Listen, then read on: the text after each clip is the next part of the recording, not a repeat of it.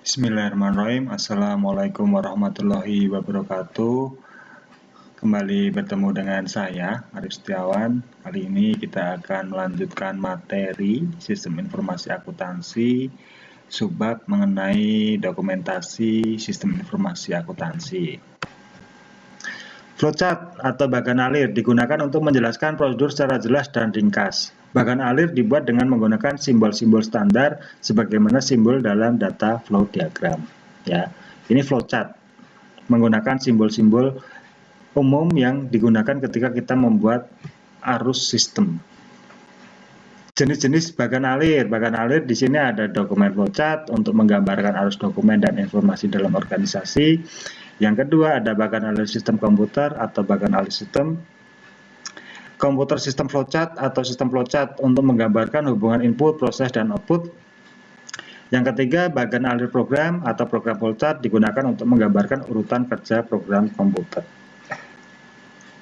Nah, ketika Anda belajar ini, bagaimana kita membuat flowchart, ini software yang paling cocok adalah Visio. Kalau Anda mau belajar membuat flowchart, di situ lengkap dengan simbol-simbolnya, silahkan Anda menginstal software Visio bawaan Microsoft. Di situ kita bisa dengan mudah membuat satu alur sistem menggunakan simbol-simbol dokumen, menggunakan simbol-simbol flowchart di situ. DFD versus bagan alir. Kalau DFD mendeskripsikan arus data SIA, sedangkan bagan alir mendeskripsikan arus dokumen atau catatan yang berisi data dalam sistem. Jadi ini beda. Kalau DFD, ini bukan DVD ya, ini DFD. Itu yang dijelaskan itu adalah arus data atau sistemnya. Ya, sistemnya. Sedangkan kalau bagan alir atau flowchart, itu yang dideskripsikan itu dokumennya. Ya, jadi kalau kita mau merancang sistem menggunakan DFD, kalau kita mau merancang arus dokumen menggunakan flowchart. Kalau deskripsi itu ada sistem lama dan sistem baru. Kalau sistem lama itu yang diceritakan alur dokumennya. Nah, itu menggunakan ini. Kalau sistem baru itu rancangan sistem yang akan disusun. Nah, itu menggunakan ini. Ya, DFD. Simbol-simbol bagan alir di sini ada 4 simbol. Yang pertama adalah simbol input atau simbol output, yang kedua simbol proses, yang ketiga simbol penyimpanan, yang keempat adalah simbol arus dokumen dan simbol-simbol lain. Next. Nah, ini adalah simbol input dokumen manual, merepresentasikan dokumen atau laporan kertas kerja yang digunakan untuk menggambarkan sistem. Nah, ini simbol dokumen multi, ya, dokumennya lebih dari satu. Di sini digambarkan 3 lapis, ya. Multiple copies of one document, ya. Jadi satu dokumen tapi dia rangkap 3. Ini input, ya, simbol input. Jika kita menggambarkan proses input manual menggunakan komputer, kita simbolkan dengan ini. Ini tampilan atau display, menggambarkan tampilan data menggunakan komputer. Ya, atau layar komputer. Jadi kalau kita menghasilkan informasi, yang informasi itu ditampilkan pada layar komputer, tidak dicetak, nah itu menggunakan simbol ini. Nah, ini input atau output simbol. Cuman kalau input ini ya, dia menginputkannya menggunakan media komputer. Di sini represent data entry by an online device such as terminal or personal computer. Jadi kalau kita mau menginput data menggunakan komputer, itu menggunakan simbol ini. Terminal or personal komputer. Nah, di sini adalah simbol komputer. Kalau kita merancang, kita menggambarkan arus sistem, di mana sistem itu dikerjakan menggunakan komputer. Nah, ini simbolnya.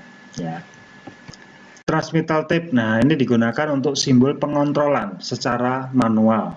Ya, membandingkan antara perhitungan manual dan perhitungan komputer. Nah, itu menggunakan simbol ini.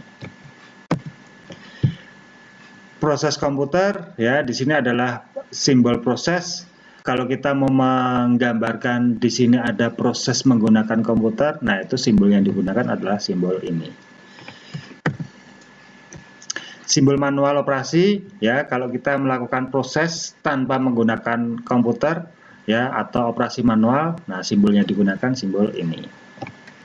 Simbol proses. Cuman kalau ini prosesnya itu tidak menggunakan komputer, ya, ini proses bisa menggunakan scanner, ya, atau peralatan yang lain ya bisa menggunakan simbol ini. Bagan alir dokumen. Bagan alir dokumen menggambarkan arus dokumen dan informasi dalam organisasi sesuai dengan area tanggung jawab suatu transaksi.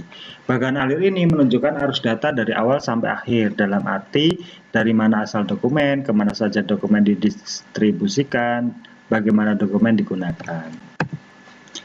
Internal control flowchart adalah bagan alir dokumen yang digunakan untuk mengevaluasi kecukupan pengendalian intern, seperti pemisahan fungsi dan pengecekan independen. Bagan alir dokumen dapat menunjukkan kelemahan dan pemborosan, seperti ketidakcukupan arus komunikasi, kompleksitas dokumen yang tidak diperlukan, prosedur yang tidak efisien. Jadi ini adalah alur sistem lama, ya, yang belum terkomputerisasi. Memang ada komputer, cuman komputer itu tidak digunakan berbasis sistem, tapi digunakan untuk proses-proses manual. Nah, alur dokumen ini digambarkan dengan flowchart. Ya, di sini dijelaskan menunjukkan kelemahan dan pemborosan. Ya, memang ini lemah karena belum berbasis sistem. Prosedur yang tidak efisien iya, ya, karena semuanya menggunakan sistem manual, kertas kerja. Komputer hanya digunakan untuk membantu kerja dan dicetak menggunakan printer. Sebatas itu aja. Nah, ini contoh ya, FOD namanya flow of document. Jadi di sini ada human resource, di sini ada dokumen, di sini ada proses manual, di sini arsip. Ya, dari arsip kembali proses manual menghasilkan dokumen manual. Masuk ke B nyambung ke sini.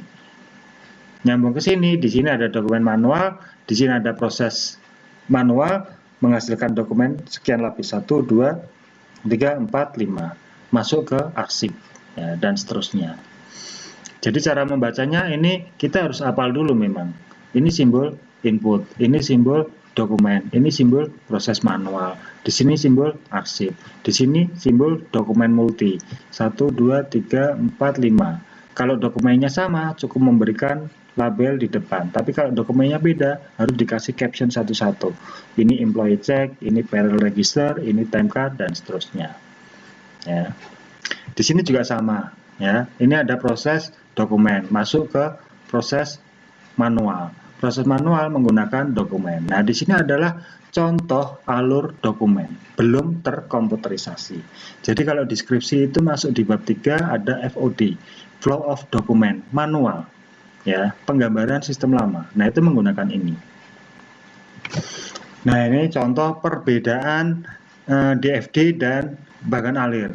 Ya, kalau yang ini sudah tersistem, kalau yang ini belum tersistem. Di sini hanya cukup satu proses, ya. Di sini ada student, di sini ada proses pertama, di sini ada proses kedua, masuk ke data storage, di sini entitas, di sini entitas. Simple, karena di sini sudah menggambarkan sistem yang berjalan. Data masuk diproses, menghasilkan informasi, informasi disimpan ke dalam data storage atau media penyimpanan. Masuk ke proses kedua, proses kedua menghasilkan laporan. Di sini menghasilkan laporan ya. Kalau ini proses input masuk ke proses input. Di sini ada dokumen manual diproses secara manual. Diproses secara manual menghasilkan dokumen. Dokumen ini diproses lagi, masuk ke arsip. Lalu menghasilkan dokumen lagi. Dokumen diproses lagi. Di sini menghasilkan 2 dokumen dan masuk ke fakultas dan bursat. Ya. Jadi entitasnya sama, di sini ada student, di sini ada student, di sini ada bursa, di sini ada fakulti, di sini ada fakulti, di sini ada bursa. Cuman disimbolkan lain. Kalau di sini simbol entitas, kalau di sini simbol input. Di sini simbol entitas, di sini simbol output. Ya. Prosesnya di sini proses manual, proses dokumen dan proses manual. Kalau di sini proses sistem. Oke, sekian dulu kuliah kali ini. Semoga bermanfaat, semoga ada diskusi. Jika ada pertanyaan silakan Anda komen di bawah. Untuk absensi online silakan Anda komen di bawah. Sekian kuliah dari saya, jaga kesehatan. Semoga kita terhindar dari virus corona. Billahi taufik wal hidayah. Wassalamualaikum warahmatullahi wabarakatuh.